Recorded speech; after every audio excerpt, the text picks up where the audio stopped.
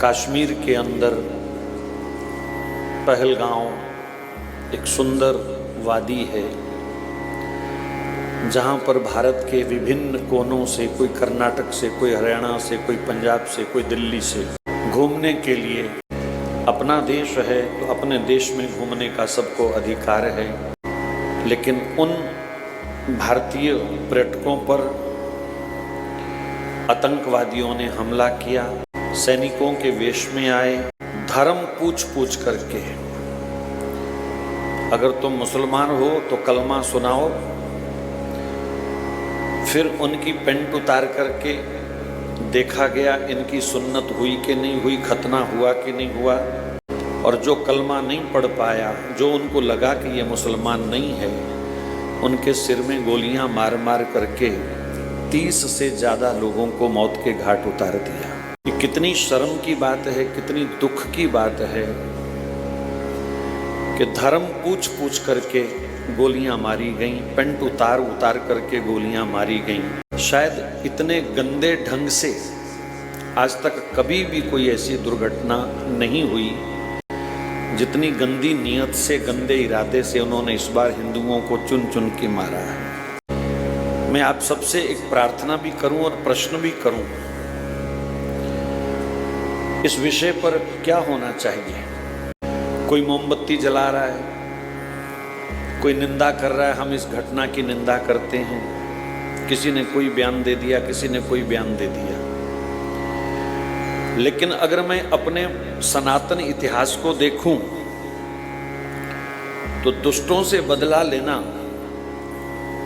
कोई हनुमान जी से सीखे। ऐसे आतंकवादियों से बदला लेने के लिए मोमबत्ती जला करके काम नहीं बनेगा, इनकी लंका जला करके काम बनेगा। हनुमान जी ने मोमबत्ती नहीं जलाई थी, उनकी लंका जलाई थी। जब तक ये भारतीय समाज आपसी मतभेदों को भूल करके, उन्होंने ये नहीं पूछा कि तुम ब्राह्मण हो के नाई हो के धोबी हो के सुनार हो के खत्री हो के बनिया हो, सिर्फ ये पूछा कि आप हिंदू हो के नहीं, या मुसलमान हो के नहीं। अगर हिंदू हो तो गोली खाओ। और हम लोग आज तक लड़ते रहे, मैं ब्राह्मण, मैं बनिया, मैं खत्री, मैं ये, मैं वो। दुश्मन जाति पूछ के नहीं मार रहा, केवल हिंदू होने के कारण मार रहा है। इस हिंदुस्तान में हिंदू होने के नाते अगर इसी प्रकार मरना है तो फिर ये कैसी जिंदगी हम लोग जी रहे हैं। प्रार्थना है कोई ऐसी तैयारी की जाए कि मोमबत्ती जलाकर नहीं, अब लंका जला करके बदला लिया जाए। इस घटना की सब कह रहे हैं निंदा निंदा निंदा, लेकिन मैं व्यासपीठ से कहता हूं इस घटना की निंदा नहीं होनी चाहिए, बल्कि इस घटना को करने वाले का कोई जिंदा नहीं रहना चाहिए। निंदा करने से कुछ नहीं होगा। जिनके मरे हैं उनसे पूछो क्या हाल है। नए नए जोड़े 2-3 दिन ब्याह को हुए थे, घूमने गए थे, मार दिया गया, उजाड़ दिया गया। आप कब तक ये सब सहोगे? ये बताओ, कब तक सहोगे? एक समाधान है, आप सब अगर साथ दें तो बहुत बड़ा हल निकल सकता है। जैसे उन्होंने धर्म पूछ करके गोली मारी है, ऐसे ही जब आप बाजार जाओ तो धर्म पूछ करके ही सब्जी खरीदो, धर्म पूछ करके ही फल खरीदो, धर्म पूछ करके ही गाड़ी बुक करो, धर्म पूछ करके ही ऑटो रिक्शा बुक करो, धर्म पूछ करके ही बिजली वाला बुलाओ, धर्म पूछ करके ही प्लम्बर बुलाओ, धर्म पूछ करके ही दर्जी चुनो। अब समय आ गया है, उन्होंने खुद हमको सिखाया है कि आप भी अब हमारा धर्म पूछिए।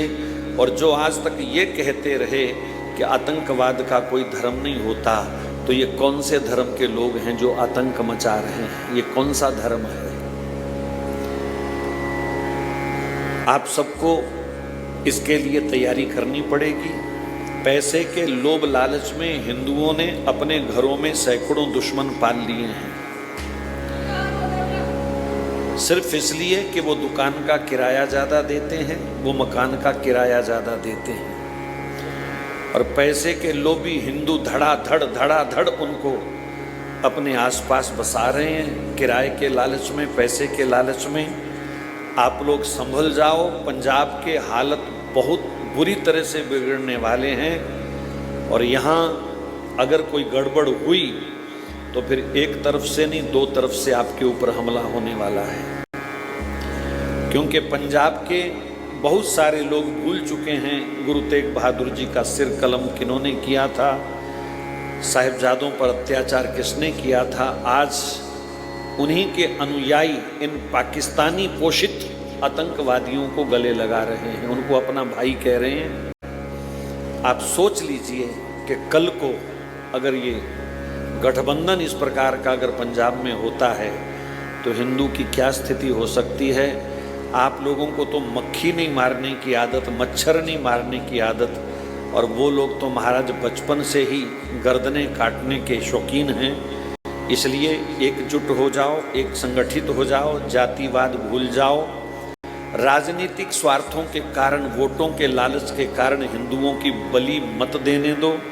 बहुत हो गया तमाशा, अब कुछ ना कुछ इसका प्रति उत्तर होना चाहिए। हम तो प्रधानमंत्री जी से भी मांग करते हैं इस मंच के माध्यम से कि जैसे पहले एक बार घुस करके मारा था, कुछ साल शांति रही थी, अब की बार उससे भी दुगना तिगना उनको मज़ा चखाया जाए ताकि इस देश के अंदर शांति रहे और वो लोग दोबारा हिम्मत ना करें।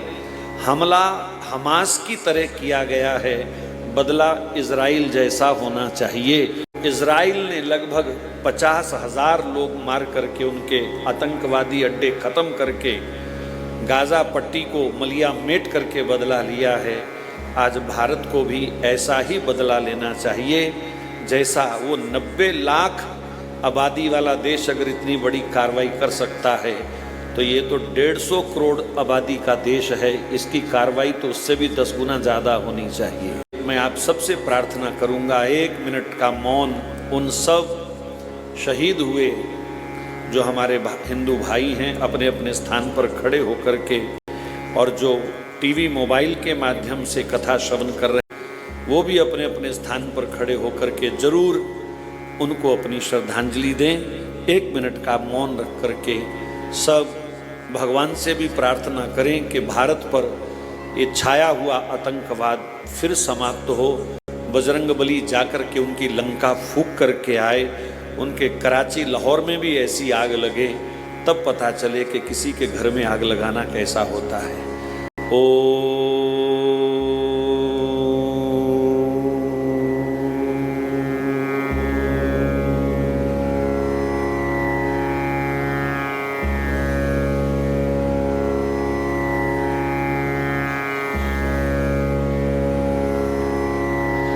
फिर प्रार्थना, आज कसम खा करके जाओ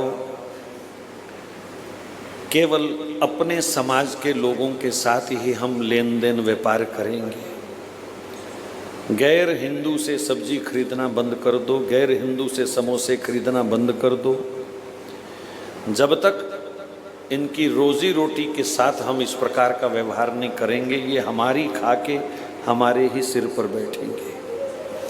हम आतंकवाद का पोषण स्वयं कर रहे हैं, स्वयं कर रहे हैं।